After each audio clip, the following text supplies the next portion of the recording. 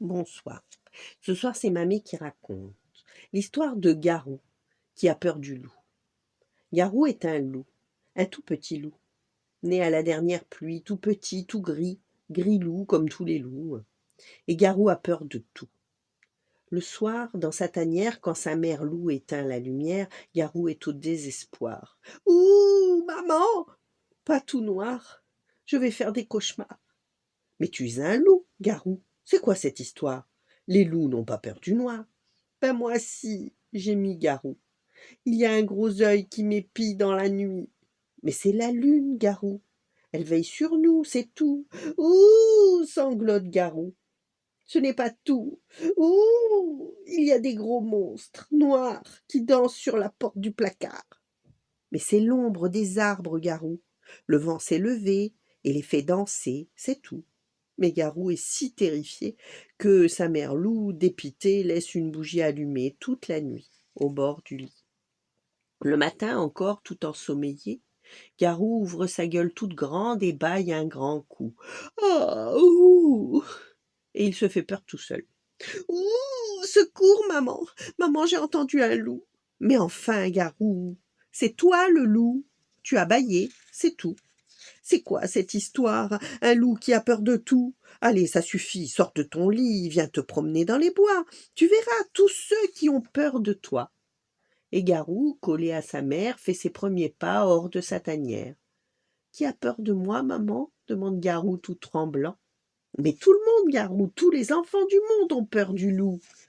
Mais où sont les enfants, maman? Je ne vois personne. Ben, ils se cachent, justement. Ils savent que tu es dans les bois. Mais pourquoi ils ont peur de moi? Ben, parce que tu es un loup, Garou. Un point, c'est tout. Et Garou et sa mère arrivent à la rivière. Maintenant, Garou, lui dit sa mère loup, regarde-moi et fais comme moi. Et Garou, comme sa mère, retrousse ses babines et montre ses dents en grognant. Très bien, Garou. Maintenant, regarde-toi dans la rivière, vois de quoi tu as l'air, et tu verras que tu es un vrai petit loup, qui ne doit pas avoir peur de tout. Garou penche alors son museau, voit son reflet dans l'eau, et part en courant se cacher sous un néflier. Bon, se dit la mère loup, un loup qui a peur du loup, ça ne va pas du tout. Je ne vois qu'une solution. Ouh, docteur Loup, venez vite, hurle la mère loup. Mon petit loup a peur du loup. Oh. En deux temps, trois mouvements, bondissant à travers les bois, un grand loup à lunettes est là, un grand loup savant avec une belle mallette. Il s'approche de Garou tout tremblant, lui sourit gentiment, montrant ses belles dents, et lui dit: Alors, Garou, tu as peur de quoi? Ben de tout, dit Garou, même de vous. Ben c'est normal, dit le docteur Loup. Un tout petit loup a peur de tout. Il ne sait pas de quoi le monde est fait, ne comprend pas tout ce qu'il voit. Il croit que la lune est un œil et que des monstres dansent dans le noir, n'est-ce pas, Garou? Ouh, répond Garou. J'étais comme toi, Garou, quand j'étais petit loup. Mais que faire, docteur? Se lamente la mère loup. Le docteur loup ouvre alors sa mallette et en sort de beaux livres illustrés, tout colorés, qu'il donne à la mère loup. Tous les soirs, lisez-lui des histoires de loups, de chaperons rouges, des histoires d'enfants qui ont peur du loup, des histoires de tout.